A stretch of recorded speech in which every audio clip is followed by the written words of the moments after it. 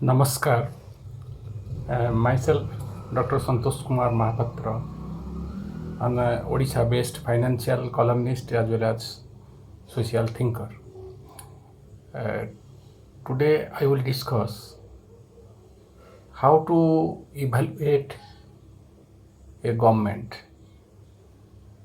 Normally, there is a lot of confusion among people to know what are the yardsticks to know the performance of a government. Because whoever rules will try to magnify its success and will try to hide its failure because their popularity is linked with the political success. In every year, there is an increase in budgetary outlay, whoever rules. So, whoever rules, they speak, they publicize various schemes. So, it is natural.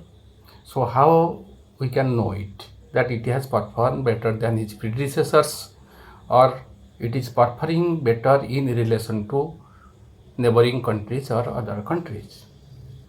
First, we have to evaluate in real terms because our wages, our salaries in absolute term or nominal term increases every year. But the real value is eroded due to inflation. Similarly, the size of budget or expenditure in various schemes are also eroded due to inflation. So, what is the real value of expenditure we have to take into consideration while evaluating the performance of a government? That means from nominal growth we have to deduct the rate of inflation. Another thing is whoever rules they tells that we are declaring or we are implementing so many schemes. So it is natural everybody will have some new schemes or they will renew old schemes. But what are the expenditure in that schemes as percentage of GDP? That has to be evaluated. How in each year whether it is increasing as percentage of GDP or declining. That has to be taken into consideration. For example, our health expenditure is one of the lowest in the world as percentage of GDP. Our size of budget size or expenditure as percentage of GDP is varying from 12 to 13%, and it has in the last some years it has declined. In some other countries it is much higher. So in relation to other countries, our size of budget as percentage of GDP is less. Similarly, those who rule at center tell that they are giving so much money to states. Actually, they collect money from also states through various taxations. States has limited power to generate tax, and after implementation of GST, states' power to impose tax has been reduced. But major expenditure is done by states. When center collects tax, but state incur huge expenditure, then where will money come? So it is natural process. Center has to give states from certain shares of tax collected by it. So Article section 280, Finance Commission decides how much center to give states. So there is no point center telling that I am giving so much money to states.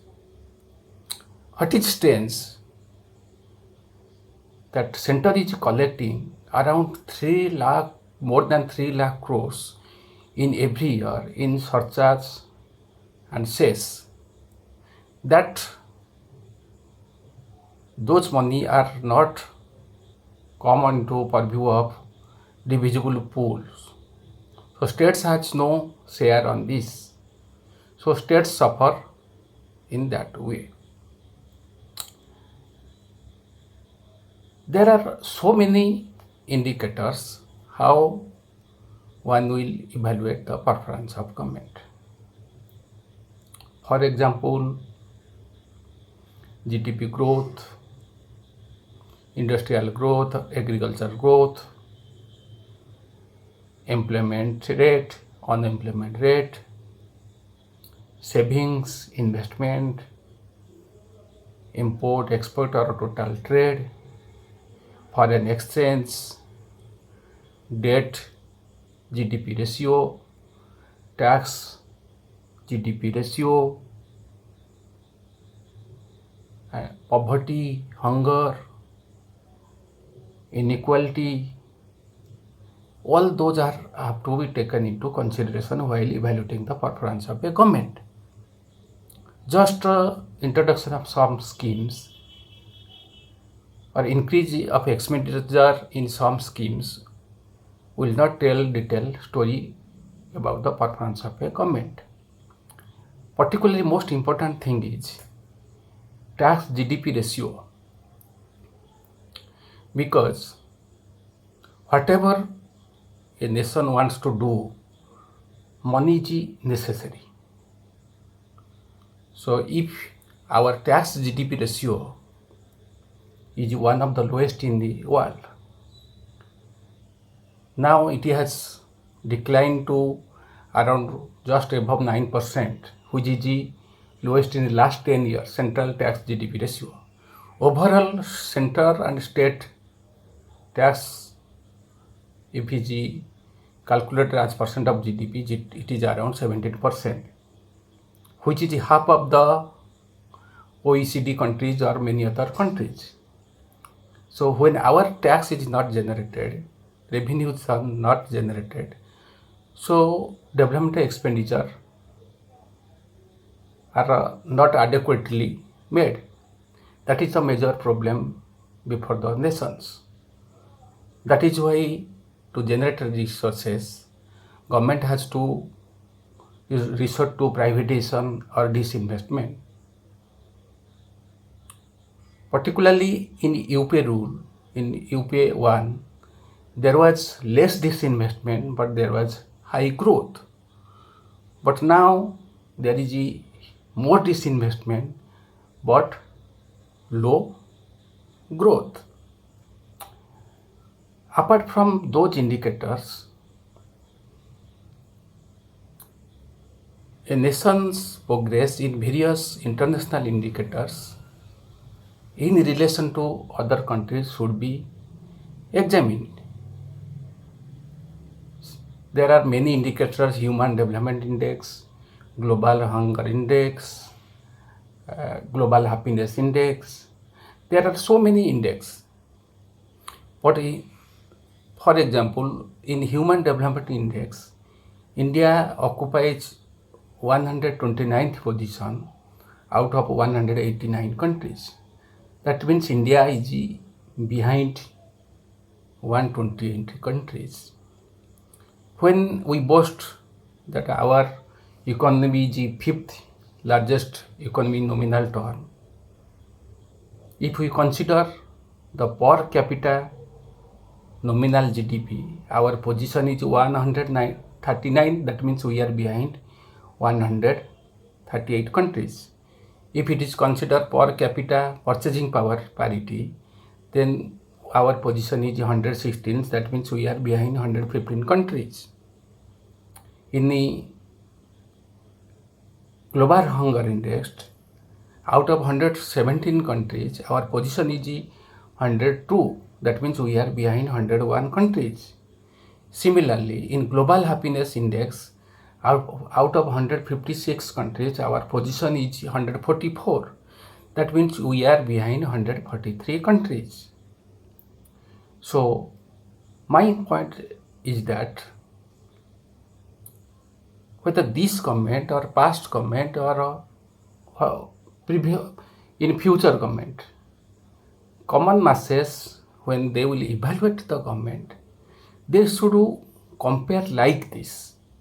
Just in absolute term or having some new schemes or increase in expenditure in absolute term should not be considered, because in nominal term or in absolute term it increases. So particularly inflation should be taken into consideration. Expenditure as percentage of GDP should be considered, and all the micro indicators should be considered, and its improvement or deterioration or in relation to other countries should be taken into consideration while evaluating the performance of a government.